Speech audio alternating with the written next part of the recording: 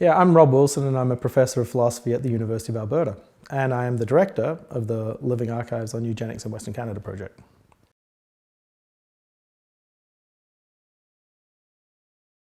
The exploration of eugenics is important to me personally, partly because I got involved in that history in a very personal sort of way. I had come new to the University of Alberta.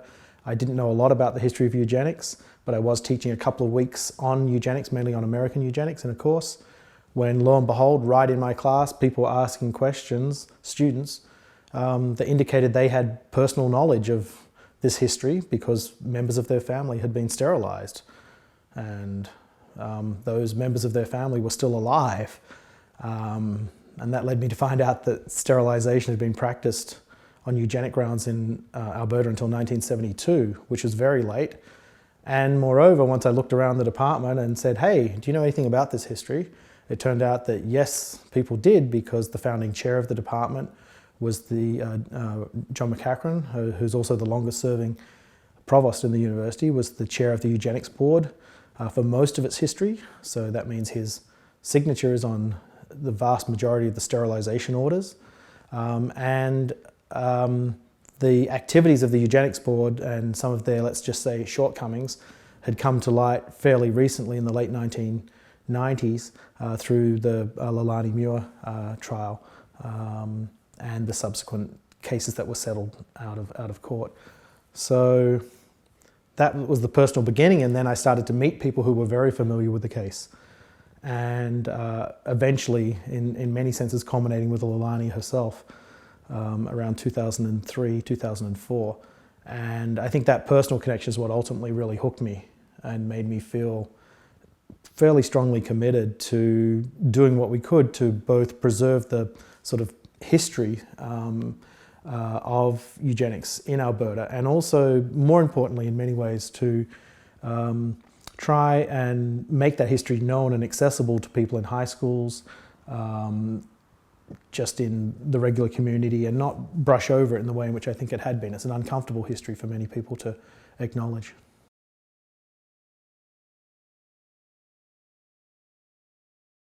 One of the aspects that I think has affected me and continues to affect me most profoundly about that history, I think, is discovering that through the documents from the legal case and talking to people that who were themselves sterilization survivors, had lived through institutionalization for 10 or 15 years of their lives. I mean, finding they're just ordinary people. You wouldn't pick them out as having been so-called feeble-minded or mentally deficient, and that's how they were classified. And then in some cases, because I've become friends with a handful of people who have had that sort of experience and shared some of the documents that were there about them.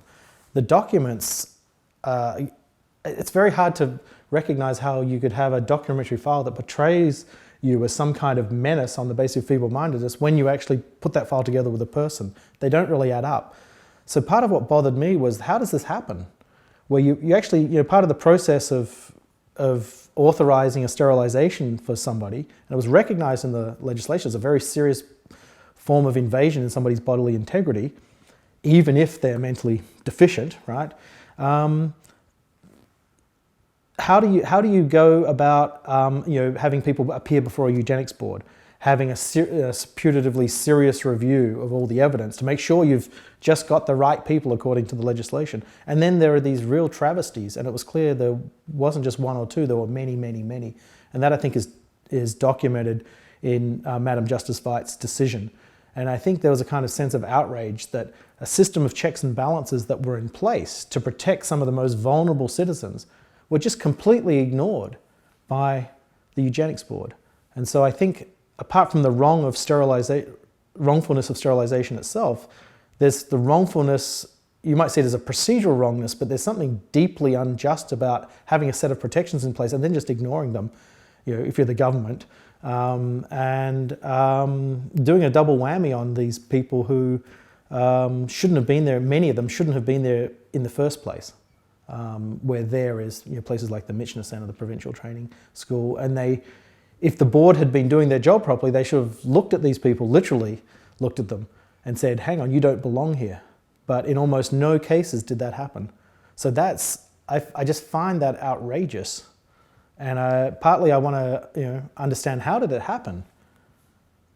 And I guess it set off alarm bells, thinking, what else is happening now that's kind of like that, where we think we're treating people justly and fairly and we have to act in a certain sort of way as a society for our own protection or betterment or whatever, but we're really just rough riding over people's rights, subhumanizing them, ignoring their, what I would call, engaged individuality, their really unique natures, just because they're poor or just because they have some manifest physical variation that we want to think of as a deficiency, just because, perhaps because of the circumstances of their background, they don't know how to read and write all that well, and so they do badly on IQ tests. And then what do we do with them? We really, further or exacerbate those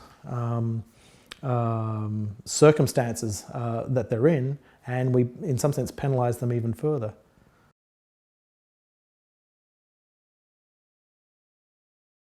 So the Sexual Sterilization Act of Alberta was repealed in 1972 by the last change of government that we had in Alberta over 40 years ago. And it's certainly true that the then Premier, Peter Lougheed, and the minister who was responsible for introducing the repeal, David King, who was a very young cabinet minister at the time, felt very strongly on moral grounds that this legislation had to be removed, and it's to their credit that they did that. Did eugenics, eugenic thinking, eugenic practices disappear with that? I don't think so. I think, and it's not just in Alberta, I think where this happened, to some extent eugenics had already gone underground in many ways. It had become, that kind of thinking had become part of just a way of doing business, for example, in prenatal screening. Or prenatal testing, sort of more generally from the 1960s to the 1970s, without people necessarily thinking about it as being eugenic. And I think part of the problem is that people think about eugenics often as just involving the government interfering on the reproductive rights of some particular individuals. And once it becomes a matter of individual decisions, or it becomes a matter of more implicit kinds of policies or ways in which people are directed, or it relies on certain sorts of background thoughts about who's fully human, for example, they don't see it as eugenics. But certainly if you're thinking that anybody who passes through a set of screens that indicate that they have trisomy 21, which is the genetic condition that's associated with Down syndrome, anybody in that category is a right candidate for, and you can list out, so-called therapeutic abortion, for sterilization themselves, for removal into an institution or whatever. Generally, parents are encouraged to think, oh, this is a major tragedy that's about to befall you when you're going through that kind of prenatal screening. I mean, you're basically treating that condition seriously enough that it literally is, for them, a matter of life and death. So it's not that we're treating all people equally, or even if you think about them as potential people, as fetuses. And so I think that there's a range of practices that we still employ that have that eugenic taint.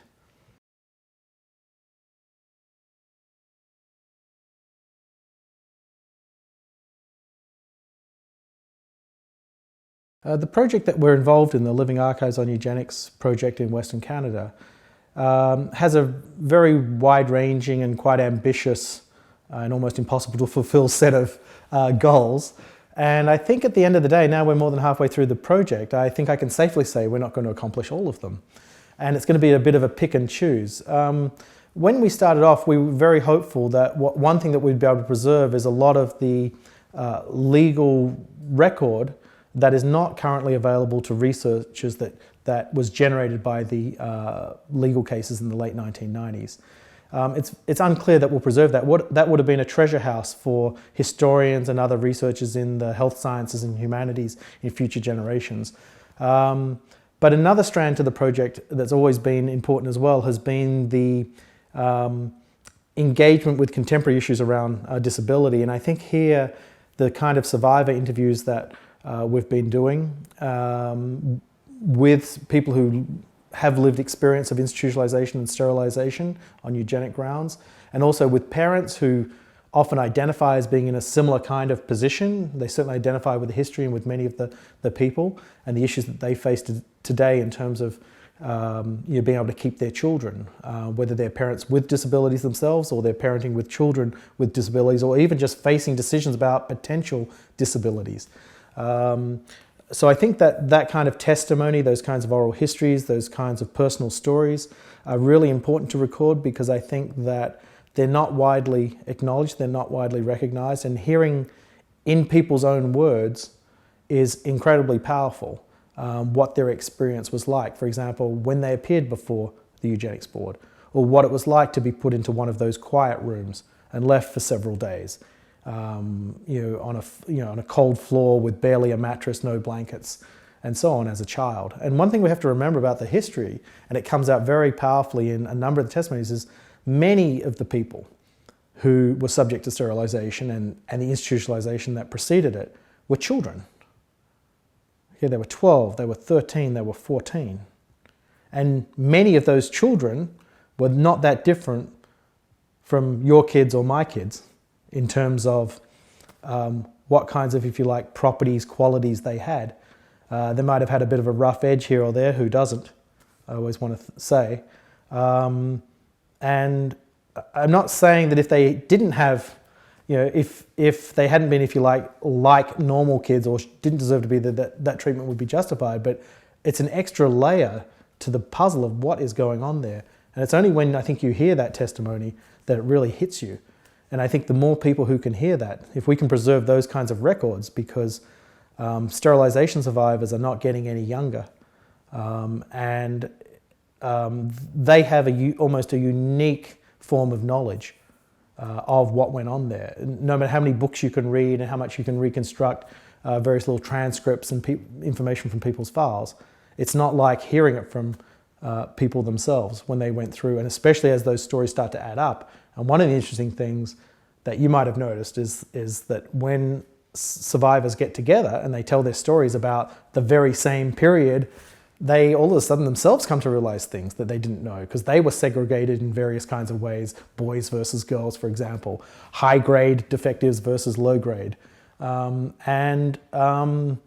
a new kind of, I guess, a kind of self-realization for them, which, if you think about it, it's another layer of the deep injustice or wrong that's been done, is to deny people that basic sense of community and being able to share knowledge about common sorts of experiences. Partly, I think, because of the shame that's associated with that sort of history, and people wanting to, it's not exactly the kind of thing that you put on your CV, if you have one, that you were at the provincial training school. And we know cases where people have, that information has come out, and it's further damaged their lives.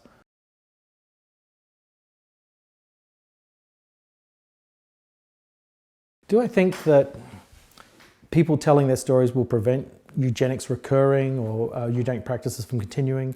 I'd like to be that optimistic. I certainly think it can make a difference in the hearts and minds of people, especially young people who will go on to become the leaders of tomorrow. So that's why I feel strongly about high school education, about university education on these matters. And I very much believe, along with Gregor Walbring, who's on our team, that it's up to individuals to decide themselves. There are complicated issues about what sorts of social policies are best for society, where you can't have everything and not everybody can be happy.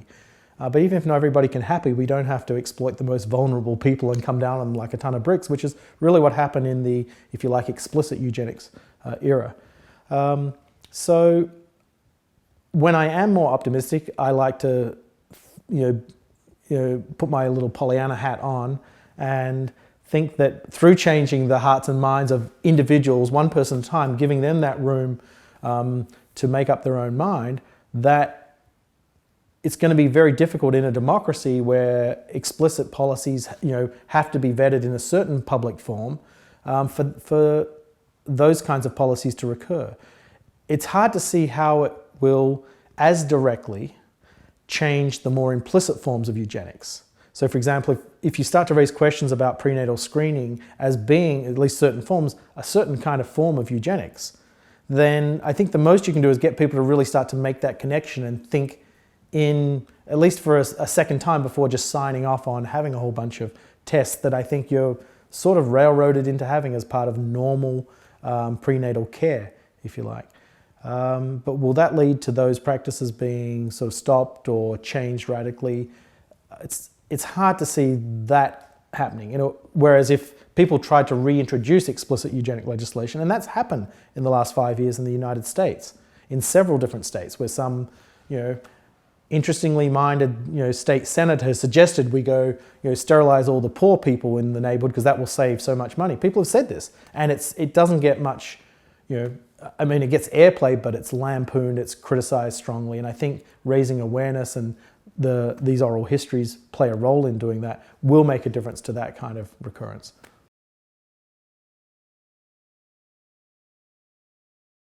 One aspect of this research that's quite new to me as just a boringly analytic trained philosopher is that it's involved working closely with community members, many of whom I would never have met in the course of my normal professional life, if you like. And I think that much of what we're doing in the project just simply couldn't be done without the active participation of survivors, of parents, of people in community organizations who have that lived experience that we'll never get just simply as university researchers. It's true that on our team we have a remarkable number of people who have had very marginalizing sorts of experiences, from having been institutionalized themselves on one of a number of grounds, to having very visible disabilities in other cases, to having had a kind of existence in street life as teenagers, to having other debilitating kinds of illnesses and conditions that carry a lot of stigma with them. And that, I think, has helped to inform the way in which we've approached the work that we've been doing. And a lot of the work is, it really blurs that line between, university research and community outreach, because what we're not doing is we're not simply using sterilization survivors as repositories for knowledge and saying, thank you, on your way now.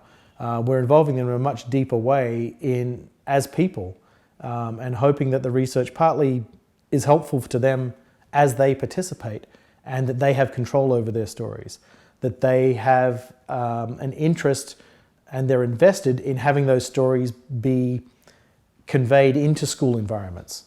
So there will be parts of what we're producing which stand on their own and could be viewed on the web, or could be part of a larger film unit. But some of it will make its impact when people step out with their own story, with their video, and they'll go to a school and they'll be telling that story. And that's one of the things that makes the biggest difference to people who hear those stories for the first time, is being able to actually physically interact. It makes it just all the more real for them to have somebody they can say, and hang on, did this really happen? In some sense. Not they don't believe, but they can probe a little bit more.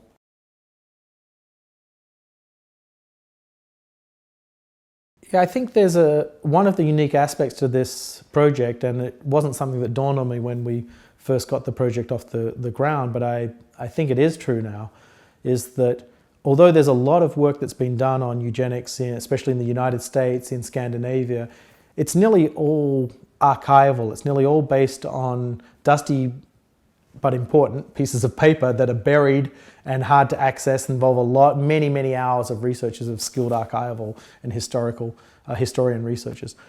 But what people haven't done, and this was said to me at a conference I was at in Uppsala a couple of years ago, was they said, and this was somebody who had worked a lot on the Swedish sterilization cases, which in certain ways paralleled the Canadian history. You have a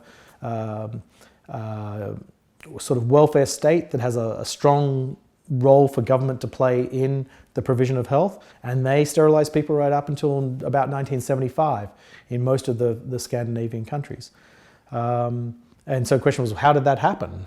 We're not just talking about Nazis and authoritarian government. How did a sort of free democracy that provides for its citizens continue this kind of policy for such a long time?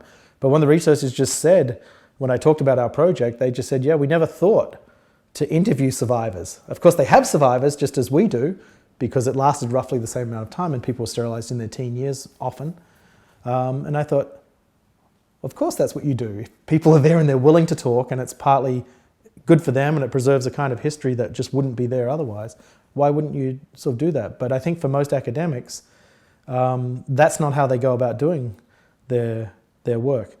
And so I think one of the things that's unique is that we will have a series of stories, exactly how many we'll see, 10, 20, 30, from people who lived through this. And that's going to be very, very powerful. Somebody had approached us about a documentary, doing a documentary. They're very interested in people of a particular ethnic background and wanting to know, do we have checklist people from of this ethnicity or of this immigrant background amongst the people we're interviewing, because they said, look, we've worked a lot in the States and we don't have a single case for all the other work that's been done of a detailed sort of oral history that's provided by somebody. And I thought that was kind of hard to believe, but I believed it.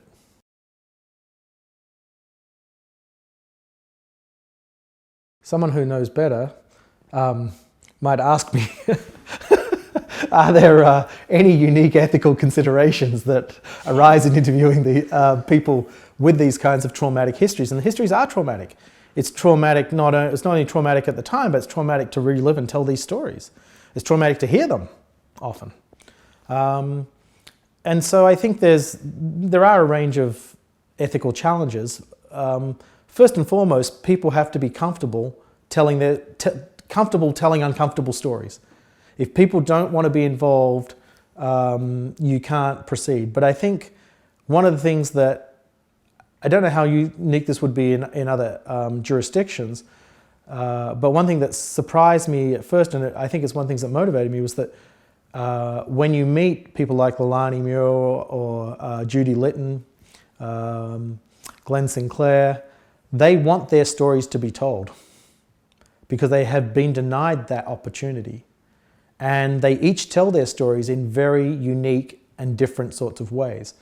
And so the idea of being able to provide a forum in which that can occur, if it's done in the right way, in a way in which they can have control of their stories, they can have a say in get rid of that bad hair shot, in a way in which people often can't when you're making documentaries or recording interviews or oral histories, then I think we're doing something good for them. And moreover, the doing something good for them is a part of, I think, bringing out some unique sort of knowledge that would just be completely lost. So there's a challenge to do that properly, but once you get the point that they're not just subjects in some sort of research, but they're real people with stories to be told, and those stories themselves are important.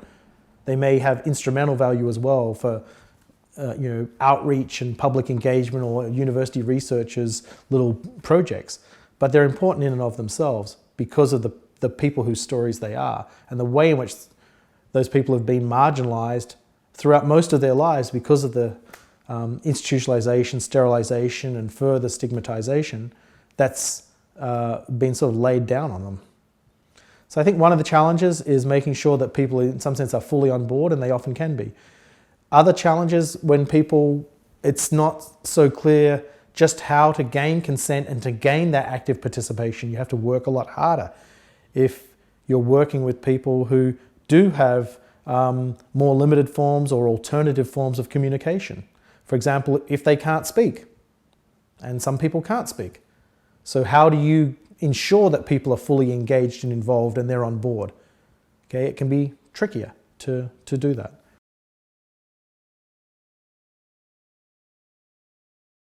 So one question you might ask is how relevant are the stories of sterilization survivors to people who might well see themselves as some people say, there but for the grace of God go I. So people who have, for example, intellectual disabilities, thinking, look, if I had been born before 1972, that would have been me. I think it's people in that position who can probably best answer that question. And as an eavesdropper to some of those conversations, I guess I can report that it makes a lot of difference to those people, to people who immediately identify with the circumstances of people who were sterilized. And you can have a lot of empathy at a distance, and you can weep a lot of liberal tears for, oh, these poor people, but it becomes very patronizing very quickly. And I think there's almost no danger of that kind of patronizing response when you have people who really feel that is me. We have a number of people, we've interacted with a number of people at our public events, and some people on our team, I think, who really have that sort of feeling. They have the same kind of standpoint, if you like, on a deep level. And it's not just subjective in terms of they're feeling some kind of empathy. It's partly a function of their objective circumstances and knowing, yeah, these are the very policies. When I read this legislation, wow, if we change the dates here, my whole life would have been likely completely different in a much, much worse way.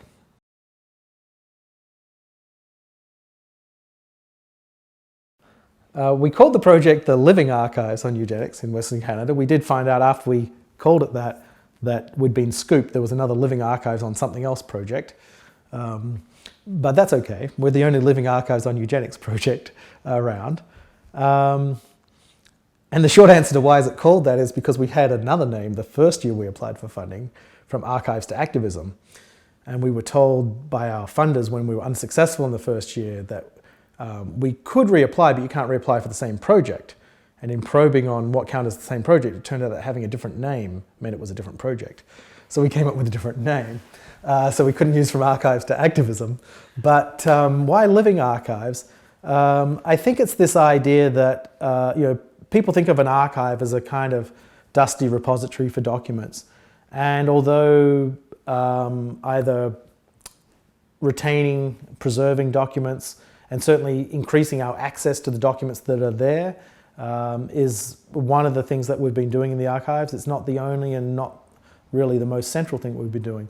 We've been trying to preserve living histories of people and work with people who themselves are walking, talking encyclopedias about their own lives, and their own lives provide an insight into the history of institutionalization and sterilization in Alberta and Western Canada more generally that you can't get in any other kind of way. But it's also living in another sense, in that there's, I think, woven into the project, there's a deep connection between, if you like, the eugenic past and what many of us would think of as the eugenic present. So that it's living for people with intellectual disabilities, or for people who might well be thought to have intellectual disabilities. For example, people with cerebral palsy, who often don't have intellectual disabilities, but would often be thought to have had intellectual disabilities. And so I think that it's living in at least those two sorts of senses, drawing on lived experiences from living people, and it's also a live issue for people who work around with, live with disability. So in Canada, the two provinces of British Columbia and Alberta were the only provinces that introduced eugenic sterilization legislation. In Alberta in 1928 and in British Columbia modelled on the Alberta legislation in 1933. There were certainly eugenic ideals and ideas floating around, and a strong influence from especially Ontario, but from Eastern Canada more generally on the West. But the West really, picked up eugenic ideas and ran with them in a way that was unique in Canada.